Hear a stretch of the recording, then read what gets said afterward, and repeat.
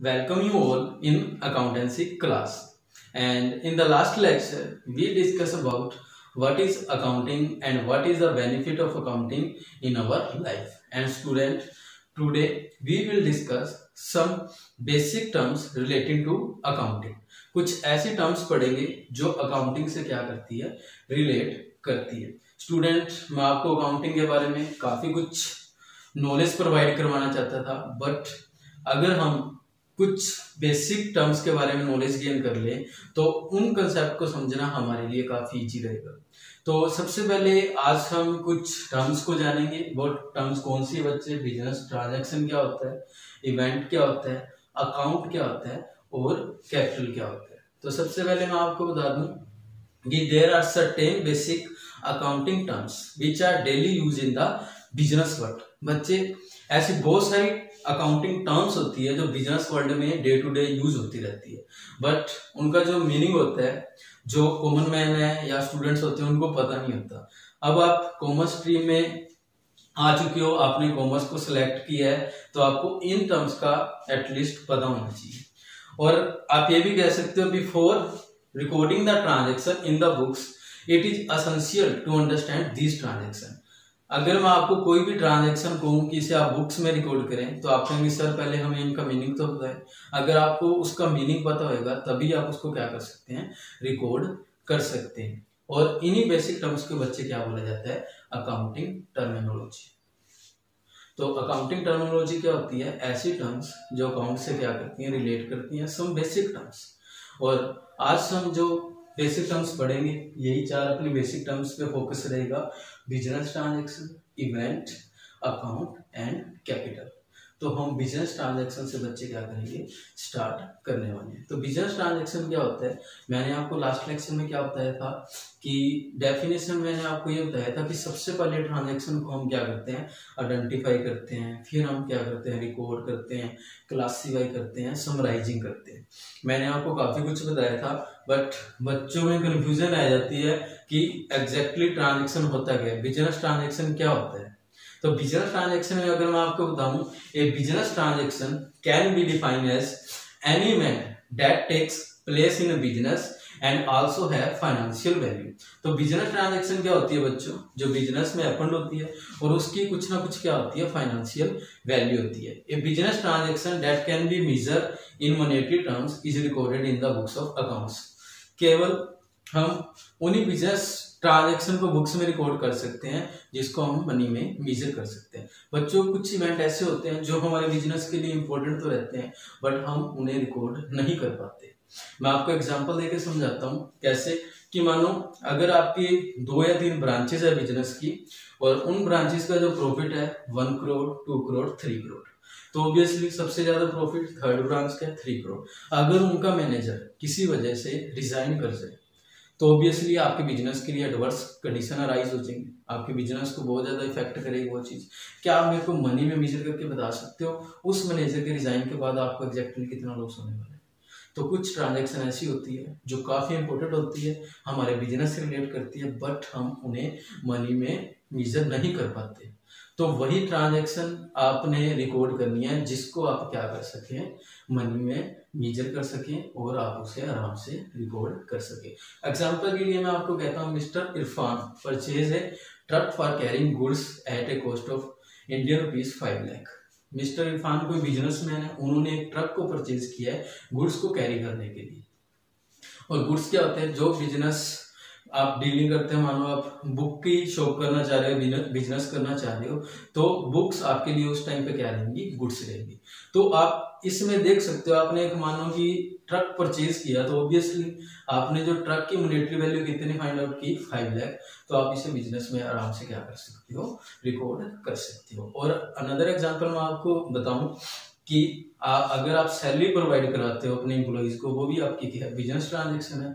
क्योंकि जितनी सैलरी आप प्रोवाइड करवाते हो 10,000, 20,000, 1 लाख, तो जो भी ट्रांजैक्शन की अमाउंट है उसको आप ऑब्वियसली और एग्जैक्टली अगर फाइंड आउट कर सकते हो तो वो आपकी क्या मानी जाती है, बिजनेस ट्रांजैक्शन मानी जाती है. तो आई होप, मैं समझता हूँ कि आपने इसका मीनिंग ध्यान से समझा होगा. और इसके बाद में हम देखते हैं कि इवेंट क्या होता है.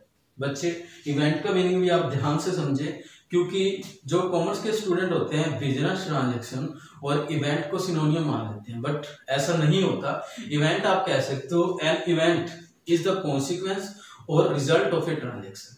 जो इवेंट होता है ना बच्चों, वो क्या होता है, ट्रांजैक्शन का कॉन्सिक्वेंस या रिजल्ट होता है। इसको मैं आपके एक एग्जांपल से समझाता हूँ। मानो Virat starts A business with A capital of rate 5 lakh. Virat ने एक बिजनेस स्टार्ट किया, कितने रुपीज उसने इन्वेस्टमेंट किए, 5 lakh.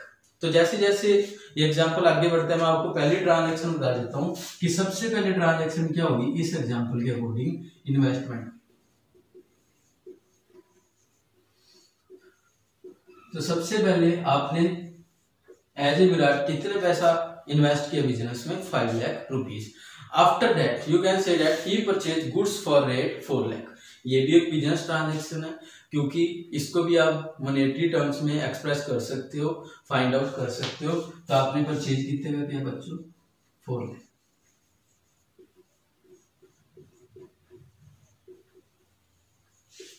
And sales of these goods for rate 6 lakh. उसने इन गुड्स को कितने रुपीज में सेल्स किया,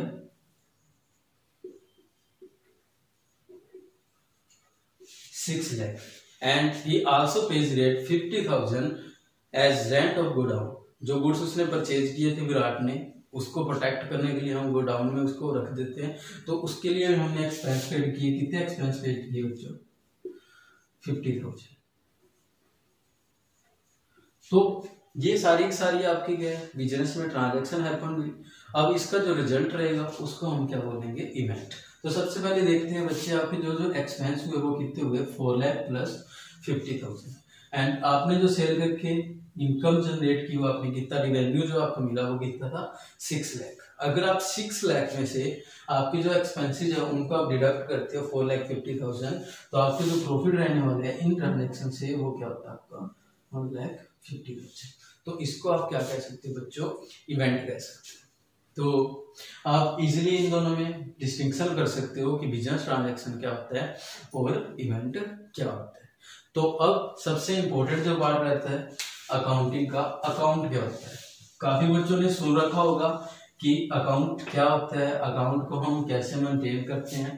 तो अकाउंट को नॉलेज आपको काफी ज्यादा इफेक्ट करती है, क्योंकि अकाउंट के बिना आप अकाउंटिंग कैसे करेंगे। तो मैं अकाउंट की आपको डेफिनेशन बताता हूँ, मीनिंग बताता हूँ। In actual practice the individual transaction of like nature are recorded, added and subtracted at one place.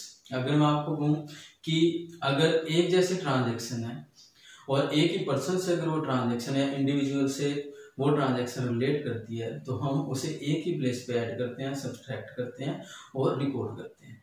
And that place is termed as account. उसी प्लेस को बच्चे क्या बोला जाता है, अकाउंट बोला जाता है। And account is a record of all business transaction relating to a particular person और आइटम। अगर मैंने आपको ये भी बताया कि अगर कोई ऐसा पर्सन है जिससे हमारी बहुत ज्यादा बिजनेस ट्रांजैक्शन होती है, क्या हम हर बार अलग अलग अकाउंट मेंटेन करेंगे उस पर्सन के लिए, नहीं। उससे रिलेटेड जितनी भी ट्रांजैक्शन है हम एक ही प्लेस पे उसको रिकॉर्ड करेंगे और वही प्लेस आपका क्या कहलाता है, अकाउंट कहलाता है। और in accounting we give a separate code of each individual expense and income. और हमारे बिजनेस से जितने भी कस्टमर रिलेट करते हैं, हम उन सभी कस्टमर्स का अलग से अकाउंट क्या करते हैं, मेंटेन करते हैं। चाहे कोई एक्सपेंस भी है, इनकम भी है, सभी का जो अकाउंट है हम सेपरेट वे में क्या करते हैं, मेंटेन करते हैं। The place where such a record is maintain is termed as an account. उसको क्या बोला जाता है, उस प्लेस को क्या बोला जाता है, अकाउंट। एग्जांपल के लिए आप कह सकते हो कि account of drum, account of salary. तो ये चीजें जैसे जैसे आप आगे कॉमर्स में बढ़ते जाओगे आपको पता लगने लग जाएगा कि कैसे हम राम से रिलेटेड सारी एंट्रीज एक ही अकाउंट में पोस्ट करते हैं। अभी आप स्क्रीन पे अकाउंट का फॉर्मेट देखेंगे। ये फॉर्मेट आप देख सकते हैं कि इसमें 2 साइड्स होती हैं। एक साइड तो आपकी डेबिट साइड है और दूसरी साइड आपकी कौन सी है, क्रेडिट। ये जो आप अकाउंट का फॉर्मेट देख रहे हो ये कैश अकाउंट मैंने बनाया है, बट कुछ स्टूडेंट्स के मन में ये भी क्वेश्चन राइज होता है कि कौन सी ट्रांजैक्शन में कैश को डेबिट करना है, कौन सी ट्रांजैक्शन में कैश को क्रेडिट करने। तो इसके भी बच्चे रूल्स होते हैं, बहुत ही इजी से रूल है, मैं आपको बताऊंगा। जैसे वो रूल आप देखोगे या समझोगे तो आप आराम से इनकी पोस्टिंग कर सकते हो और डिकोडिंग कर सकते हो। और द अबू account resembles English capital letter T. और ये जो आपको अकाउंट का फॉर्मेट दिख रहा है, ये कैसा दिख रहा है बच्चे, ये टी की तरह कह रहे हैं। जैसे आप यहाँ देख सकते हो कि इसको ऐसे टी की तरह बनाया जाता है। इसकी दो साइड है, ये साइड डेबिट साइड है और this side is the credit side. Debit side को आप डीआर से डिनोट कर सकते हैं और क्रेडिट साइड को आप सीआर से नोट कर सकते हैं। ये इनकी एब्रीविएशन फॉर्म है।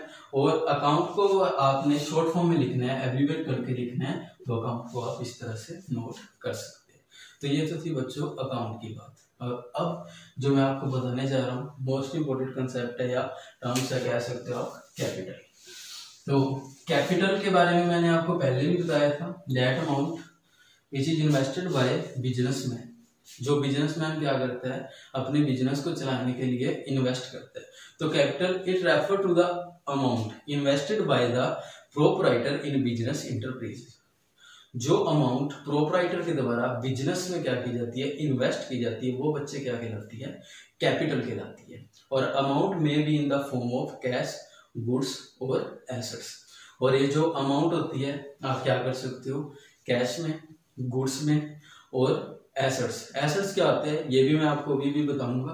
तो जो भी आप पैसा इन्वेस्ट करते हैं या कोई भी गुड्स या मशीन वगैरह अपने बिजनेस को कैरी करने के लिए इन्वेस्ट करते हैं, वो उन चीजों का जो सम अप है वो क्या कहलाता है बच्चे, कैपिटल कहलाते हैं। As such in order to calculate the amount of capital all assets are add up. अगर आपको कैपिटल की अमाउंट को क्या करना है, फाइंड आउट करना है, आपको जानना है कि end of the year as a businessman कि आपकी कैपिटल इंक्रीज हुई है या डिक्रीज हुई है, तो आपने क्या करना है, सभी एसेट्स को एड अप करना है और उस एसेट में से एक्सटर्नल लायबिलिटीज को क्या कर देना है, माइनस। और अब क्वेश्चन अराइज ये होता है बच्चे कि एसेट्स क्या होते हैं और लायबिलिटीज क्या होती है। तो अगर आपको एसेट्स और लायबिलिटीज अच्छे से पता है तो आप ऑब्वियसली कैपिटल की जो अमाउंट है उसको क्या कर सकते हो, फाइंड आउट कर सकते हो। तो सबसे पहले मैं आपको बताऊंगा एसेट्स क्या होते हैं। Anything which is in the possession और is the property of business is called assets. जो भी चीज बिजनेस के पोजेशन में है या बिजनेस की प्रॉपर्टी है उसको क्या बोला जाता है बच्चे, एसेट्स बोला जाता है। फॉर एग्जाम्पल मैं कहूँगा आपका कोई कैश या बैंक बैलेंस है, आप अगर बिजनेसमैन हो और आपके पास जो कैश और बैंक का बैलेंस है वो ऑब्वियसली आपका क्या रहेगा, ऐसा, क्योंकि ऑब्वियसली वो सारा का सारा बैलेंस आपके पोजेशन में है। अगर मैं कहूँ आपके पास काफी चीजों का स्टॉक पड़ा है तो वो भी आपके पोजेशन में है।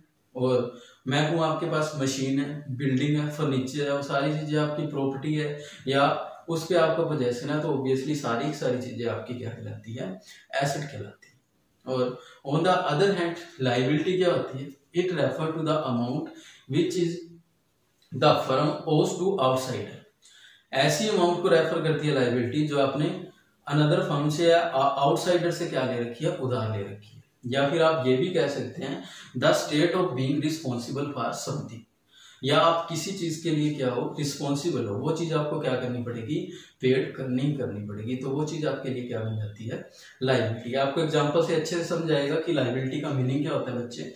कि मानो मैंने firm purchase goods on credit from A, आपकी फर्म ने एक ए बिजनेसमैन है उससे गुड्स क्या किए, परचेज किए क्रेडिट पे, मतलब उधार पे, बिना पैसों के। और the amount owing to A is liability, जो पैसा अब आपने ए को देना है वो बच्चे आपके लिए क्या बन जाता है, लायबिलिटी बन जाता है।